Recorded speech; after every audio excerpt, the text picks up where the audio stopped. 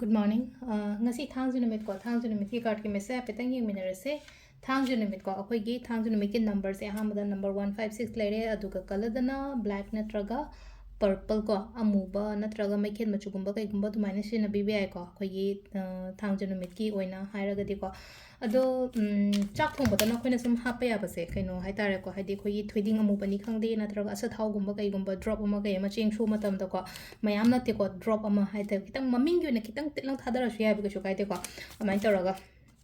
adu duma leire ko aduga amana akhoi gi kaino se timing afaba sa pet yengase ko ngasi gi oina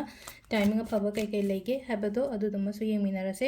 thangja oibanina haidi thangja numit ki tawba yaba cleansing tawba yaba ko pa dumba mayam phajana loina tawbiu ko haidi imung manung sing do ko tor even ai isha iruza po khotpa phawda ha sina ko koi gi rock salt ni khangde normal thum ni khangde dumai taraga rock salt lerga di leire leitraga di dum normal salt se dum hape ai ko haiding dam iruza matam sida ado aduna adu oire ko sida card ahum leire ko card ahum sida gi ama choose se card number 1 card number 2 and card number 3 ko aham bakhan bangai yeng se ko haidi first card khan bangai gi oina sida la ise ningba aina pamba khotpa do phango haina lai ko sida ngarang akoina manifestation ga taw yo poto haidi thuna ga lakpa yai ko haidi ngasi hek nongan ba ga phangbani khangde mani khangde duga aina ku ina ningak po khotpa gumba lera ga sumaina phangbo oina ori ko duga number 2 ko number 2 sina kitang mi pun ba khotpa dumaina oino ko haidi kitang social loi ba ngasi gana ki na khona chara ga luhong kai hong ba chapani khangde hajing bo chapani khangde kainoma hai tare ko deva karma gumba kai gumba dumaina chatpa mirak tin ba khotpa dumaina tar piri ko number 2 gi sina number 3 ko number 3 sina haidi yani ai khana chaina ba gumba se thokta na ba ko kano to bi avoid to bi ko haidi conflict gumba kai gumba sumaina ka tang lai ko conflict gumba lai se kai haini